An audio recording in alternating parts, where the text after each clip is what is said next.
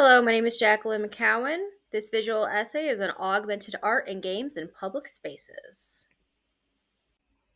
So, the first question that comes to mind is what is augmented reality? So, let's take a look at some of the history.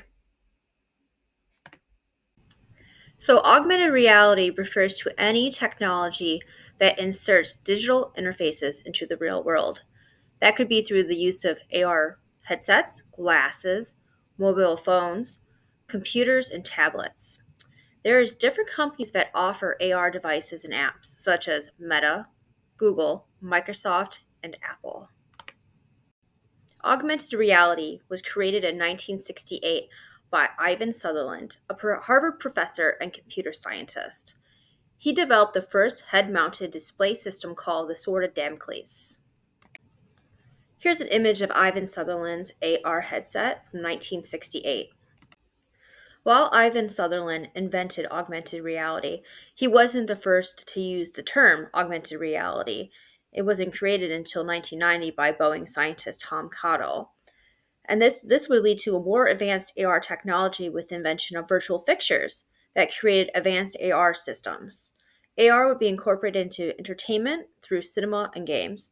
Further applications in medical and science fields would further incorporate AR into people's lives.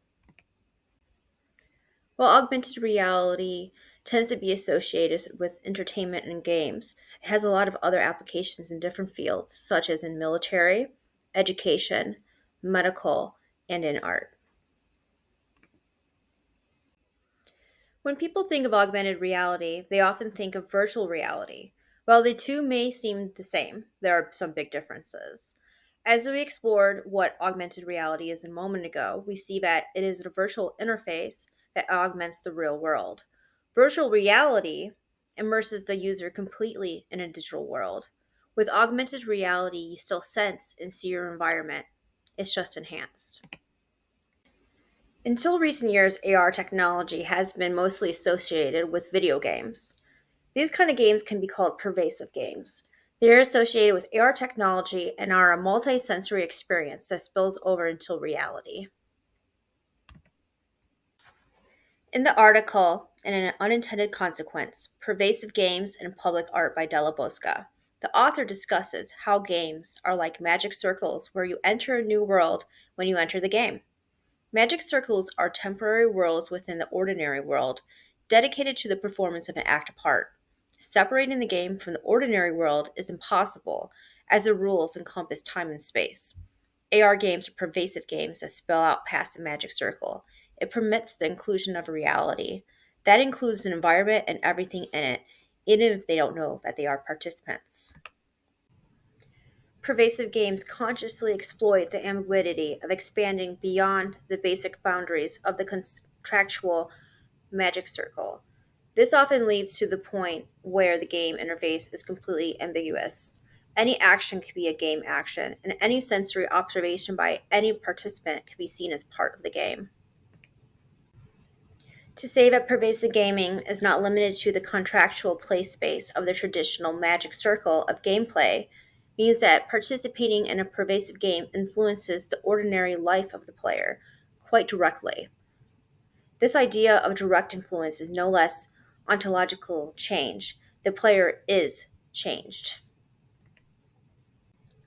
Games like Pokemon Go are a great example of a pervasive game. The magic circle encompasses everywhere the player goes. The player uses an app through their cell phone that allows them to find Pokemon that are placed into the environment through GPS. Even if you can't see it in the real world, the AR app allows the player to see them. With GPS location games, it allows players to explore their communities and interact with other players.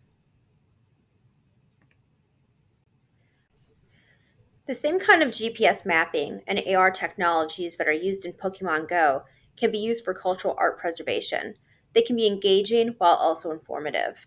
In the article, "Augmented Reality and Serious Game to Engage the Alpha Generation in Urban Cultural Heritage" by Apechi, Bernetti, Borghini, Carparelli, and Saragossa, they state that the use of augmented reality based on serious game and GPS guided applications has proven to be effective for heritage conservation. To keep up with protecting art and cultural sites, we have to foster in the next generation the care of conservation, the upkeep, and the history of these important sites and artifacts. GPS guided augmented reality can be directed towards the alpha generation in ways that will engage them. Similar programs have been geared more towards adults. The study area for the AR game in the article Augmented Reality and Serious Game to Engage the Alpha Generation in Urban Cultural Heritage is the Renaissance village of Caledana in Tuscany, Italy. Caledana exhibits a highly unique urban structure. Between 1562 and 1570, Marcello Agostini, a wealthy citizen of Siena, rebuilt the abandoned castle of Caledana. He financed the construction of walls, ramparts, and houses. So, as I stated before, there has been games like this in the past, but they're geared more towards adults, while this one is geared for the alpha generation. So, the application consists of a treasure hunt that the children must solve by meeting and listening in augmented reality that is provided in an app through a phone. And they listen to historical characters who build the Renaissance village at specific points of interest. They follow a route with increasing difficulty levels. They have to answer a questionnaire through different points of the game. There was a total number of 79 subjects that participated in the study. 50.6% were female and 49.4% were male, with an age range of 12 to 16 years and a mean of 13.08 years, and a standard deviation of 0.01. The use of this GPS guided AR technology can show the rich layers of the past, especially in urban areas. People walk around every day and they don't even know that the areas can be rich in cultural contexts. This can be also used in public GPS guided AR public art. Apple created ArtWalk, an app that curates an experience of 6 augmented reality artworks selected by the new museum and presented by Apple. In the article, Whose Reality? Augmented Reality as Public Art by Migna, the author describes their experience with ArtWalk. These works have been inserted into the urban landscape in and around Central Park in New York City, as well as in San Francisco, London, Tokyo, Paris, and Hong Kong. What initially may appear to be site specific creations are actually produced on a digitally dispersed and global scale. Migna states in the article that Art Walk is free and open to the public. A space is limited to 10 people at a time, and you must sign up a few weeks in advance to guarantee a spot. Phones installed with exclusive AR app are provided, but you cannot access the artwork until the guide activates your app. The tour is highly supervised and relies on planned movements at each location.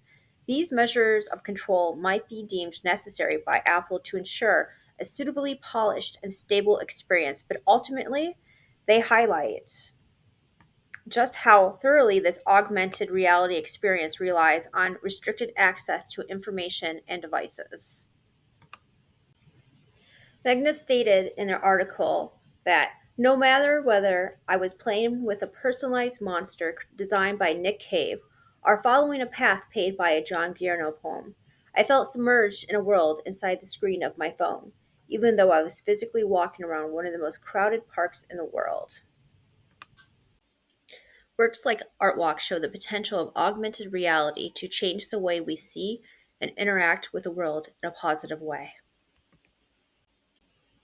So, moving on to the Alpha Mater Statue Conservation Project.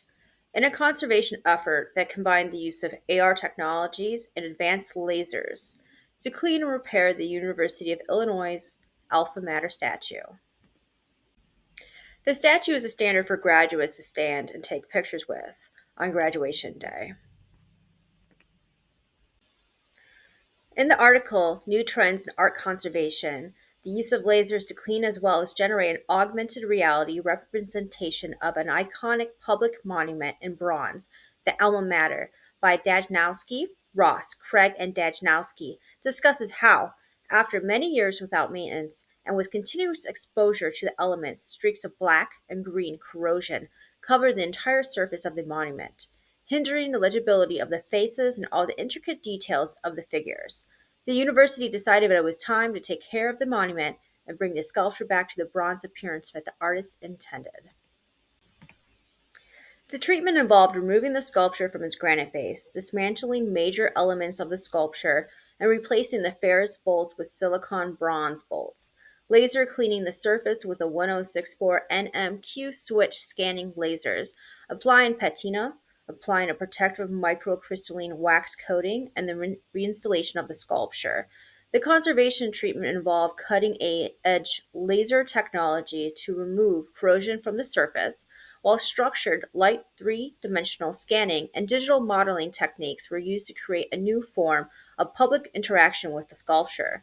By 3D scanning the sculpture and creating a lifelike 3D digital model to create an augmented reality alma mater sculpture to take place of the missing monument temporarily. The University of Illinois community and the class of 2013 experienced the augmented reality monument generated over the original base. This project demonstrates how augmented reality works of art can replace the experience of actual objects that are removed from public view for conservation treatments. AR technology can be used for social commentary, as in the Museum of Auster's exhibition, UK's War on the Poor. The 2023 Guardian article, Unflinching Hologram Installation, tells stories of UK's War on the Poor. Manchester's Museum of Austerity uses AR to depict real people with disabilities who fell through society's safety net. The Guardian states that visitors wear an AR headset, which allows them to see the 3D holograms played by actors. Each of these stories is narrated by a real family member of the person who died after cruel treatment at the hands of the Department for Work and Pensions' harsh and punitive disability benefits system. It is juxtaposed with audio from the House of Commons in which politicians orate on how it is too generous and rife with fraudulent claims.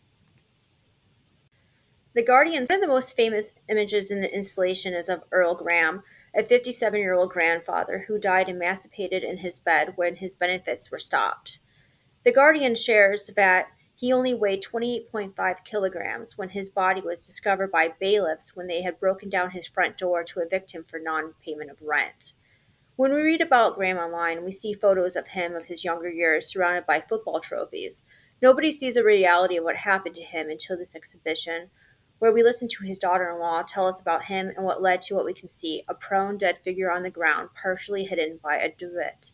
The multisensory exhibition allows the viewers to see that this is a man, a human being, one that fell through the cracks in the UK welfare system, along with countless others.